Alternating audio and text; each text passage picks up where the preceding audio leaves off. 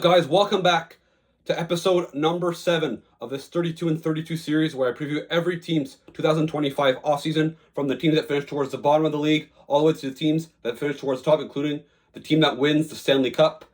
Last episode I did the Seattle Kraken finished 6th last, and today the team that finished 7th last, the dumpster fire, that is the Buffalo Sabres. So as you guys all should know, the Buffalo Sabres have missed the playoffs for a very, very, very long time. It's been 14 years since they've last made them, last time being in 2011. So it's been quite a while. They've gone through many different phases of a rebuild. Jack Eichel, Sam Reinhart, Rasmus Ristolainen was their first core. They blew it up. After that, they had Rasmus Dahlin, Owen Power, and right now it hasn't been going much better now, as there's rumors that they might even have to restart. I don't know, but the environment really isn't positive in Buffalo right now. So yeah, obviously there's some work to do. So the Buffalo Sabres finished 26th overall in the NHL, so 7th last and 7th in the Atlantic Division. Kevin Adams is currently their general manager. I don't really think he'll last that much longer, probably one more year, and if he doesn't get the job done, he's gone. Lindy Ruff, who they brought in this year, who was their former coach. They brought him back, hoping to revive a spark that they had like 15 years ago. That did not work super well. He too, I think, maybe has 1 year to prove himself. So they finished with 79 points, 36 wins. Their offense was pretty good this year. They were top 10 in the league with 3.23 goals for. However, their defense was near the bottom, tied for 29th with 3.5 goals against. So obviously not good enough. They're allowing about 0.27 goals more than they're scoring. Their power play was near the bottom as well, 18.8. So their offense was pretty good at 5-on-5. Not their power play. Their penalty kill also struggled, 76.4%, which was 23rd. And their expected goals percentage at 5-on-5 wasn't that much better, and basically goes in line with where they finished in the standings, 27th, 47.41. Their top 5 scorers, Tage Thompson led the team in points with 44 goals. I believe finished like 3rd in the league in goals, 72 points. But like I said, he led their team in points. He wasn't even a point per game. JT Peterka has 68 points in 77 games. There's trade rumors for some reason with this guy, as in he's not very happy with the situation in Buffalo, but that's a guy that you want to keep around. Rasmus Dahlin, obviously their stud number 1 defenseman, 68 points set in 73 games. He scored 17 goals. Alex Tuch, 36 goals, 67 points in 82 games. And Jason Zucker, who they extended, 53 points in 73 games. When you look at their goaltending, Ukko-Pekka Luukkonen and UPL, who last year had an amazing second half to his season. He didn't have a great season this year, an 887 save percentage. Obviously the Sabres struggle as a whole, but still 887 save percentage is still kind of concerning.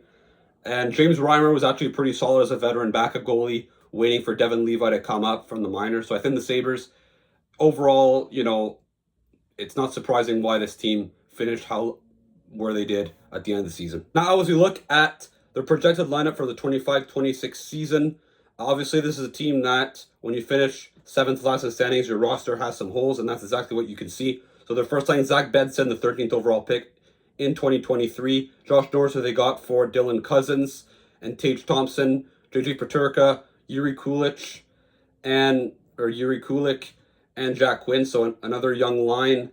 Jason Zucker, Ryan McLeod, Alex Tuch, Jordan Greenway, Peyton Krebs, Sam Lafferty. So a very young forward group, not a lot of experience there. So that's something that they're going to have to start thinking of adding this summer. On defense, Rasmus Dahlin, Matthias Samuelsson, Bowen Byram, Connor Clifton, Owen Power, who's on the 3rd pair, was a 1st overall pick, and Jason Bernard Docker, they got at the trade deadline. And I think he was also part of the Dylan Cousins deal. And then Net Luukkonen and probably Devin Levi is going to be making the team next year unless they re-sign James Reimer or go get another goaltender. So obviously this is a very young team. They're going to have add some experience. And they do have a lot of cap space, around $21 million to spend. So the Sabres have to start thinking of spending money. Unfortunately, Buffalo isn't the most attractive market at the moment. So it will be a challenge to attract some players. But I do think that if you're Kevin Adams and you want to save your job, you have no choice but to be aggressive this summer. As we look at their expiring contracts for this summer, they only have 1 UFA. It's actually goaltender James Reimer, who's 37 years old. He might even consider retiring. I don't know. When you look at their RFAs, Ryan McLeod, Jack Quinn, JT Peterka, Kozak, Bowen Byram, JBD, Bernard Docker.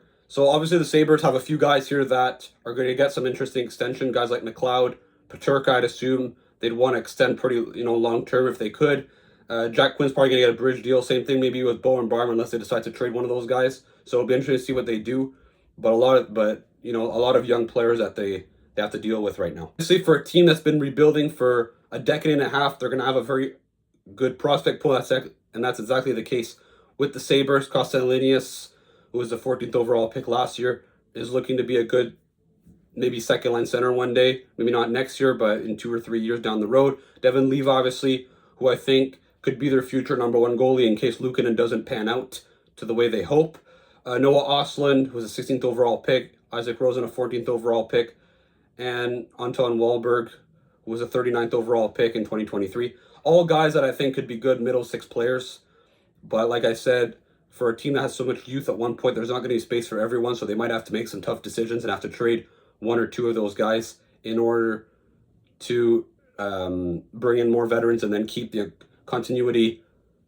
And when you look at their draft picks, they have a good stock of draft picks, which isn't surprising. In fact, 1 first-round pick, 1 second this year. They don't have a second next year, but they do have the 9th overall pick, however, this year. So obviously for the Sabres, it's another top 10 pick. And, they have drafted well in the past, but, at one point you got to get a home run draft pick. So I think that the Sabres, it's still an important draft, even though it's been the same thing every single year. Now, when you look at the Buffalo Sabres needs for the 25-26 season and down the road, obviously right now, when you look at their defense core, there's a lot of good defensemen, but all of them are left-handed. Owen Power, Rasmus Dahlin, Bowen Byram, Matthias Samuelsson. They have to get a top 4 right-handed defenseman to help stabilize their defense core, which has been a problem over the last few years. They struggle to keep the puck out of their net. And ideally a veteran, considering that a lot of those defensemen that I just named are on the younger side of their careers. Also, I think this team needs some more top 6 talent. There obviously are some young players on this team that do have some talent, but I do think that getting someone that has experience, that fits well in the chemistry of this team, that has a solid fit, that can fill a role, is necessary. Obviously, some more experience is, probably even the number one thing maybe you need, because this is a team that needs stability in order to move forward, and more depth can't hurt. When you look at their long-term needs, I would say a superstar forward. Tage Thompson is very good. J.J. Peterka is very good. They have some other good young players. Zach Benson, Alex Tuck. Well, even though Alex Tuck is in his late 20s. But I don't see any guy here that, can carry a team, that can be a face of the franchise, a franchise player that can carry the team on his back. I just don't see a player that can do that. And I think that this is a team that needs that badly. They have some good guys on defense, but someone up front is necessary. Obviously, some more right-hand defensive depth, which is something that, they like to solve for next season. But even long-term, this is a team that's built for the long run, not for necessarily next season. And I think more size, especially up front. Yes, you have Thompson. Yes, you have Tuck. But guys like Benson are on the smaller size. Rosen, if he ever makes the team, is on the smaller side.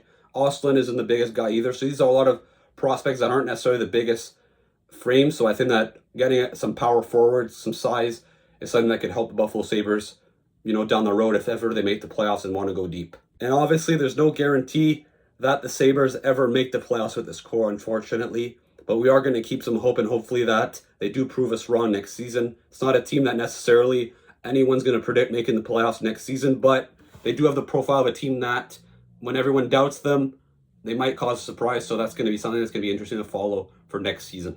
All right, so that puts it end to the video. Let me know in the comments, what should the Buffalo Sabres finally do this summer?